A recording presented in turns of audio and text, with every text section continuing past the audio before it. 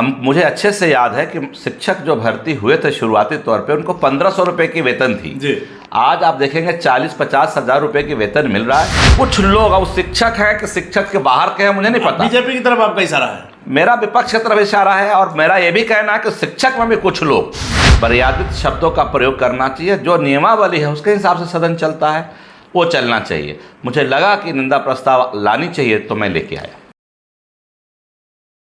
नमस्कार, भारत लाइव देख रहे हैं आप। जैसा कि शुरू से कह रहे हैं कि 5 दिन का छोटा विधानमंडल का सत्र हंगामे की भेंट चढ़ेगा और आज दूसरा दिन हंगामे की भेंट चढ़ा। खास करके आज का दिन जो है वो नई जो शिक्षक नियमावली बनी है इसको लेकर के तमाम शिक्षक जब रोड पर हैं, प्रशासन और शिक्षक रोड पर और सरकार और विपक्ष सदन में टकरा रहे हैं। वैसे में जब आज विजय चौधरी और सम्राट चौधरी के बीच तीखी नोकझोंक हुई और सभापति ने 2:30 बजे तक के लिए विधान परिषद को भंग कर दिया। उसके बाद रामेश्वर महतो जो कि बिछुट बताए जा रहे थे जदयू के एमएलसी, लेकिन इन दिनों फिर से इन्होंने पैचअप कर लिया है। इन्होंने इसको लेकर के निंदा प्रस्ताव लाया है। रामेश्वर महतो जी हमारे साथ। रामेश्वर जी, क्या कुछ हो रहा है नई शिक्षक नियमावली को लेकर? ऐसा है कि जब माननीय मंत्री श्री विजय कुमार चौधरी जी बात रख रहे थे, सरकार के वक्तव्य को रख रहे थे, उन्होंने कहा कि माननीय मुख्यमंत्री जी ने कहा है कि जितने भी शिक्षक जनप्रतिनिधि हैं उनको बुला के उनसे बैठ के बात होगी और जो उचित वाजिब होगा वो किया जाएगा। और मुख्यमंत्री तो हमेशा से ही सुनते हैं लोगों का, सबका जो भी समस्या होता है उसका निदान करते ही हैं। उस बीच में बीजेपी के जो भाजपा के सदस्यगण हैं सब लोगों ने मिलकर हंगामा शुरू किया। उस हंगामा के दरमियान माननीय सम्राट चौधरी जी जो है नेता प्रतिपक्ष ने उंगली दिखाते हुए ऐसे कहा कि गुंडागर्दी हो रही है या हिटलर्स आई है। इस बात को लेके मैं निंदा प्रस्ताव लाया कि उच्च सदन है और उस सदन में शब्दों का चयन ठीक हो, ये बहुत ज़रूरी है और सदन की जो नियमावली है उसके हिसाब से सदन चलता है। महतो जी, आपने कहा कि शब्दों का चयन सही हो। पूर्व मंत्री अशोक चौधरी उन्होंने कुछ शिक्षकों को दुष्ट प्रवृत्ति का बताया, ये सही है? बिल्कुल सही नहीं है। हालांकि मैंने सुना नहीं है, आप कह रहे हैं। हमारे पास बयान है सर। नहीं, ऐसा नहीं है। शिक्षक भी हमारे ही हैं और माननीय मुख्यमंत्री जी ने सभी शिक्षकों को बहुत सम्मान दिया है। मुझे अच्छे से याद है कि शिक्षक जो भर्ती हुए थे शुरुआती तौर पे उनको 1500 रुपए की वेतन थी जी। आज आप देखेंगे 40-50 हजार रुपए की वेतन मिल रहा है। हर बारी बारी से समय समय से उनके वेतन में वृद्धि हुई है और मुख्यमंत्री जी हमेशा ध्यान रखते हैं अपने लोगों का। यहाँ मुझे ये ज़रूर कहना है आज आपके इस माध्यम से, आपके माध्यम से शिक्षक लोगों से कि आप जो है पढ़ाने पे भी थोड़ा ध्यान दीजिए बच्चों को। बच्चे देश की भविष्य है और मुख्यमंत्री जी ने जब मुख्यमंत्री बने थे बिहार के 2005 में उस वक्त 13% बच्चे जो है स्कूल से बाहर थे। आज वो 1% से कम हो गए, बच्चे स्कूल जा रहे हैं। अब बच्चे तो स्कूल जा रहे हैं लेकिन शिक्षक अगर नेतागिरी में लगे रहेंगे, धरना प्रदर्शन में लगे रहेंगे, सिर्फ वेतन को बढ़ाने को लेकर रोज रोज पटना आएंगे तो बच्चों को कौन पढ़ाएगा? मुझे लगता है यही बात माननीय अशोक चौधरी जी ने भी कहा था जो मैं अभी कह रहा हूँ। तो वो वेतन उनका वाजिब है मांगना, उनका अधिकार उनको मिलेगा, लेकिन बच्चों का अधिकार शिक्षक न छीने। महतो जी, आग जब लगी है तब क्यों कुआं खोदा जा रहा है? यह कई दिनों से चर्चा में है। पहले से सूचित किया गया था कि इस दिन धरना देंगे, यहाँ वहाँ से देंगे, गर्दनीबाग धरना स्थल से लेकर के गांधी मैदान से लेकर के तमाम जगह से लोग निकलेंगे। और हमारी जहाँ तक जानकारी है कई जगह आप गांधी से तो ले सकते हैं और शिक्षकों को रोका गया है। देखिए कि जो भी ये धरना प्रदर्शन हो रहा है वाजिब नहीं है।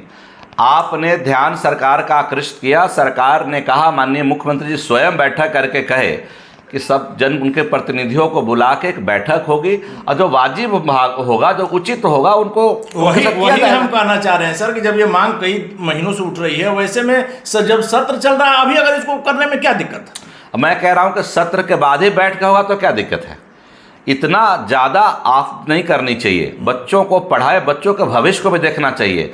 भविष्य में आने वाला समय में बच्चों का एग्जाम है तो हर लोगों को खाली अपने लिए सोचना नहीं चाहिए, बच्चों के भविष्य को भी सोचना चाहिए। बच्चों का आज क्या हालात है मैं व्यक्तिगत रूप से बताना चाहता हूँ आपको। हम लोग स्कूलों में जाते हैं, शिक्षक नग्न हैं स्कूलों से। क्यों भाई? आपको सरकार वेतन किस लिए देती है कि आप धरना प्रदर्शन कीजिए? ये बात आपकी सही है सर, लेकिन लोकतंत्र में धरना प्रदर्शन गलत हो गया। धरना प्रदर्शन कीजिए, उचित मांगों के लिए कीजिए। आपकी बात सुन ली गई है। माननीय शिक्षकों की गिरफ्तारी भी हुई है। माननीय मुख्यमंत्री जी कह रहे हैं कि आप लोग अपने प्रतिनिधियों को भेजिए, हम उनसे बात करेंगे, जो वाजिब होगा करेंगे। और मुख्यमंत्री ने हमेशा ही किया है। अब ये जबरदस्ती की अभी करिए, लेकिन ऐसा तो साहब, नहीं होना चाहिए। लगातार जो कई बार नियमों में बदलाव हुआ, इससे भ्रम की स्थिति बनती है। नियमों में अगर बदलाव हुआ, आप उसको सुधार चाहते हैं, आपने अपनी बात को रखा, आप पत्र के माध्यम से भी रख सकते हैं, मुख्यमंत्री जी को पत्र भी दे सकते हैं, जनप्रतिनिधियों को हमारे जैसे को मिल के भी दे सकते हैं।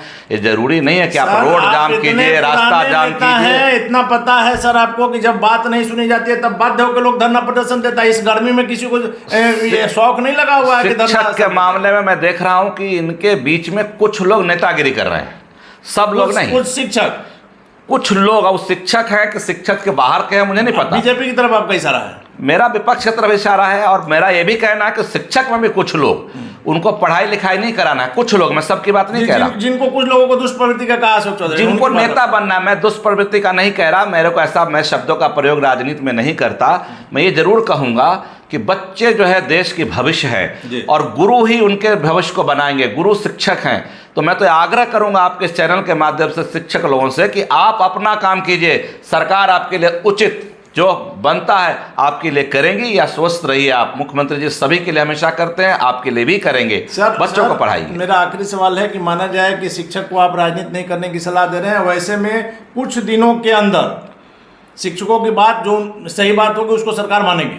मैं तो आपके माध्यम से ये भी कहना चाहता हूं कि जिन शिक्षक लोगों को राजनीति करनी है वो अपनी नौकरी से इस्तीफा दे दे और राजनीति कर ले, और राजनीति करे। अच्छा है, राजनीति कोई बुरा थोड़ी है, हम भी राजनीति में आए हैं, आए राजनीति में, लेकिन राजनीति शिक्षक बन के ना करें, बच्चों के भविष्य के साथ खिलवाड़ ना करें। बच्चे देश की भविष्य में, बार बार कह रहा हूं, माननीय मुख्यमंत्री का सपना है कि बिहार का एक एक बच्चा पढ़े और आगे बढ़े। उस सपने को सहयोग करके और सफल बनाएं।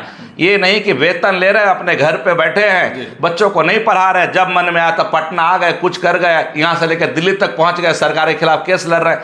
ये सब आपका काम नहीं है। आप बच्चों को अच्छे से पढ़ाइए, सरकार और मुख्यमंत्री जी आपको हमेशा आपका ध्यान रखें, आगे भी रखेंगे, और स्वस्थ रहिए। मुख्यमंत्री जी की तरफ से हमेशा इंसाफ किया, आपके साथ इंसाफ होगा।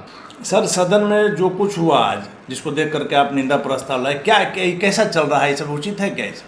देखिए, मैंने पहले भी कहा है कि उच्च सदन है, विधान परिषद उच्च सदन है, और माननीय सभापति जी का एक सम्मान है, और सदन में जो भी शब्दों का प्रयोग हो वो उचित होना चाहिए। विपक्ष के लोगों को बहुत उत्तेजित नहीं होनी चाहिए, मर्यादित शब्दों का प्रयोग करना चाहिए। जो नियमावली है उसके हिसाब से सदन चलता है, वो चलना चाहिए। मुझे लगा कि निंदा प्रस्ताव लानी चाहिए, तो मैं लेके आया। सर, नहीं लगता है कि जनता के गाढ़े पैसे की कमाई खर्च हो रही है, और वैसे में जब जनता की भलाई के लिए कुछ काम होना चाहिए तो सिर्फ नोक झोंक में सदन का जो है जितना दिन का सत्र रहे बस लड़ाई झगड़ा में निकल। मैं यही कहना चाह रहा हूँ कि बिहार वासियों के लिए, बिहार के लोगों के लिए जनहित के बहुत मुद्दे हैं। मेरे भी आज थे, और 4-5 दिन का तो सदन है, एक दिन कल बीत गया, आज हंगामा में ही 3 दिन और रह गया सर, आज हंगामा में ही बीत गया, कल फिर हंगामा का ये लोग प्लान कर रहे हैं। तो इस तरह से तो जनता की गाढ़ी कमाई से जो सदन चलती है, हम लोगों को वेतन मिलता है, तो हम जनता के लिए, लोगों के लिए काम ही नहीं कर पाएंगे, सिर्फ नोक झोंक में बिता देंगे, तो जनता को, राज्य को क्या लाभ होगा।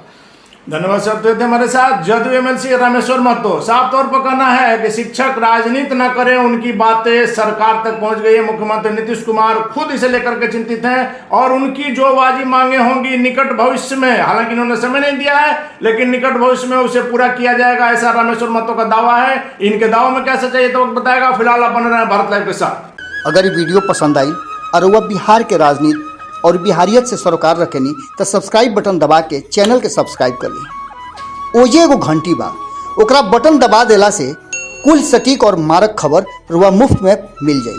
अगर रुआ पत्रकारिता के हमनी के नया प्रयोग में सहयोग कर चाहतानी तो ज्वाइन बटन दबा दी। पेटीएम नंबर नोट कर ली 9386816700। धन्यवाद।